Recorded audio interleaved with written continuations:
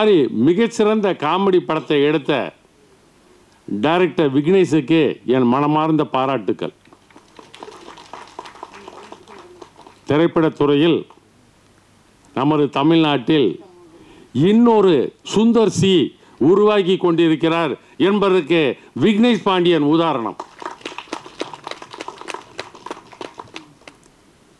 சுந்தர் சினா யாருன்னு தெரியும் உங்களுக்கு நினைக்கிறேன். மிக சிறந்த காமெடி படங்களை எடுத்தவர்.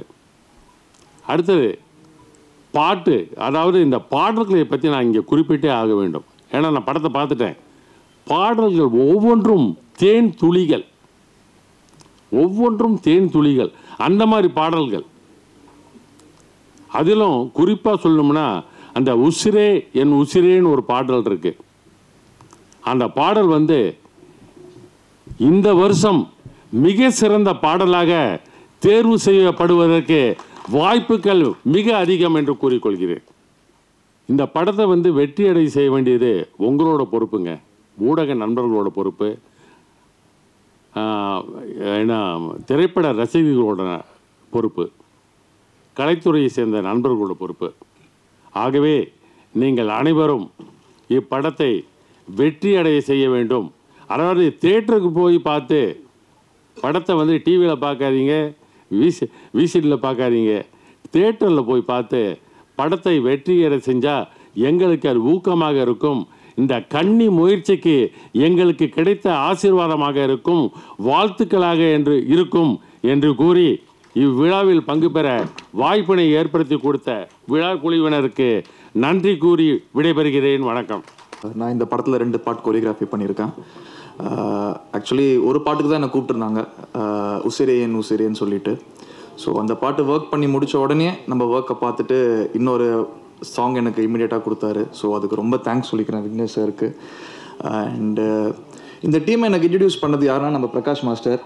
ஸோ அவர் மூலியமாக தான் எனக்கு இவ்வளோ ஒரு அமேசிங்கான ஒரு டீம் எனக்கு கிடச்சிது. ஸோ வண்டர்ஃபுல்லான டீம். எனக்கு உசிரேன் உசிரேன்றது ஒரு ஆல்பம் வந்து எனக்கு ரொம்ப டு த ஹார்ட், ரொம்ப ஃபீல் பண்ண ஒரு சாங் அது. ஸோ அதுக்கு மியூசிக் டைரக்டர் அண்ட் லிரிக்ஸ்க்கு ரொம்ப தேங்க்ஸ் சொல்லிக்கிறேன். அண்ட் படம் பாருங்கள், எல்லோரும் என்ஜாய் பண்ணுங்கள். Thank you, all the best. எனக்கு இதுக்கு முன்னாடி பேசி பழக்கம் கிடையாது. ஆனால் இங்கே வந்திருக்கிற ப்ரெஸ், மீடியா மற்றும் விருந்தினர்கள் அனைவருக்கும் இனிய மாலை வணக்கம். இப்போ நான் யாருக்கு முத தேங்க்ஸ் சொல்லணும்னு நினைக்கிறீங்கன்னா, என்னை நம்பி இவ்வளோ ஒரு முறுப்புறுப்பு கொடுத்த அண்ணன் முருகனுக்கு தான் நான் நன்றி சொல்லணும். ஏன்னா ஒரு நாளும் ஷூட்டிங் ஸ்பாட்டுக்கு வந்ததும் கிடையாது, என்ன நடக்குதுன்னு கூட என்கிட்ட ஒரு ஃபோன் அடித்து கூட கேட்டது கிடையாது. நீ என்ன வேணால் பண்ணு, பணம் கேட்டால் தான் கொடுத்துக்கிட்டே இருப்பார். அப்புறம் ஒரே ஒரு நாள் மட்டும் ஷூட்டிங் ஒரு எலெக்ஷன் டேட் அறிவிச்சனால மட்டும் நின்றுச்சு. எதனாலப்பா அப்படின்னாரு. இது மாட்டோன்னா சரி பேக்கப் பண்ணியிருப்பா, எலெக்ஷன் முடிஞ்சோன்னே பண்ணிக்கலாம் அப்படின்னாரு. அன்றைக்கி ஒரு நாள் மட்டும் தான் வந்தார். அதே மட்டும் நான் மதுரையில் போய் ஷூட்டிங் பண்ணேன். கடைசி நாள் வாங்கினேன்னு அப்போ கூட வரல. ஏன்னா இன்றைக்கி என் மேலே இவ்வளோ ஒரு நம்பிக்கையை வச்சு என்னை இன்றைக்கி ஒரு டைரக்டராக இங்கே நிப்பாட்டியிருக்காரு. நான் ரொம்ப அவருக்கு கடமைப்பட்டிருக்கேன். அதே மாட்டம் இந்த இடத்துல நான் நிற்கிறதுக்கு காரணம் என் நண்பன் ராம் தான். அவனால தான் இந்த இடத்துல நான் நிற்கிறேன். அவனுக்கு நான் ரொம்ப தேங்க்ஸ் சொல்லிக்கிறேன். அப்புறம் வந்து இதில் வந்து நம்ம டெக்னீஷியன் எல்லாருமே நல்லா ஒர்க் பண்ணாங்க. இதில் யாருமே வந்து போட்டி பொறாமல் இல்லாமல் எல்லாருமே ஒரு நல்ல ஒத்துழைப்பு கொடுத்தாரு. கேமராமேன் ஆனந்தண்ணனாக இருக்கட்டும், நம்ம நிஷாந்த் ப்ரோவாக இருக்கட்டும், அப்புறம் நம்ம மாறண்ணன், அப்புறம் பாலசரவணன், கும்கி அஸ்வின் அண்ணன். கும்கி அஸ்வின்லாம் சொல்லணுன்னா ஒன்றில் விடவே மாட்டார். அதே மாட்டம் எனக்கு இன்னும் ரொம்ப ஹாப்பி என்னென்னா, எனக்கு மொட்டராஜன் ரொம்ப சப்போர்ட் பண்ணார்.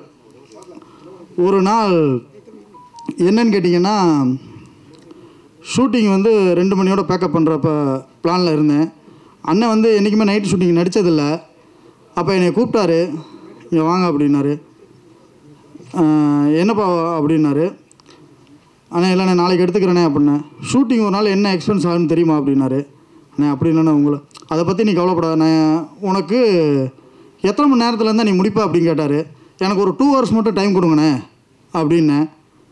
2 hours முடிச்சிடு அப்படின்னு கேட்டார். கண்டிப்பாக முடிச்சிடுவேண்ணே அப்படின்னேன். உடனே எர்ரா அப்படின்னாரு. அதே மாட்டான் நான் கடைசி கிளைமேக்ஸ் எடுத்தது அந்த 2 மணி நேரம் தான். அந்த 2 மணி நேரத்தில் முடிஞ்சோன்னா அவரே ரொம்ப ஹாப்பியாக போயிட்டார். சூப்பரா அப்படின்னு கை கொடுத்துட்டு போனார். நான் சொன்ன மாட்டோமே முடிச்சுட்டடா அப்படின்னாரு. அதுக்கப்புறம் எனக்கு ப்ரெஸ் மீடியாக்காரங்களுக்கு நான் ரொம்ப கடமைப்பட்டிருக்கேன். நாங்கள் இன்றைக்கி ஒரு டேரக்டராக வெளில தெரியும்னா அது உங்கள் கையில் தான் இருக்குது. உங்களை நம்பி தான் நாங்கள் சினிமா இண்டஸ்ட்ரிக்கு வரோம். நீங்கள் தான் எனக்கு ஒரு சப்போர்ட் பண்ணணும். இங்கே வந்திருக்க எல்லாருக்கும் என்னோடய நன்றியை தெரிவிச்சுக்கிறேன். அண்ணன் விஸ்வன் அண்ணன் மேடைக்கு அழைக்கிறேன். அண்ணே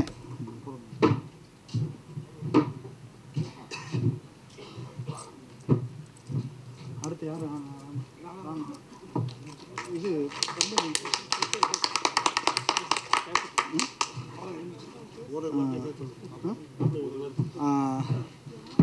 ஒன்று சொல்ல மறந்துட்டேன்.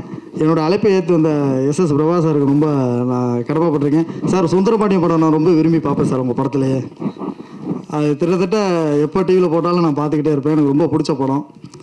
உண்மையிலேயே நான் உங்களோட ஒரு ஃபேன் தான் சார். கண்டிப்பாக என்னோடய அடுத்த கதையும் அதே வில்லேஜ் தான் சார். இப்போ அது சிட்டி பேஸ் பண்ணி போயிருக்கேன் சார். அடுத்து வில்லேஜ் பேஸ் பண்ணி போகிறேன் சார். இல்லை எழுதி வச்சுருக்கதை சொல்கிறேன் சார். தேங்க்யூ. இந்த படத்தில் வந்து எனக்கு வாய்ப்பு கொடுத்த விக்னேஷ் பாண்டியன் சாருக்கு மனமார்ந்த வாழ்த்துக்களை தெரிவிச்சுக்கிறேன். நன்றி சார்.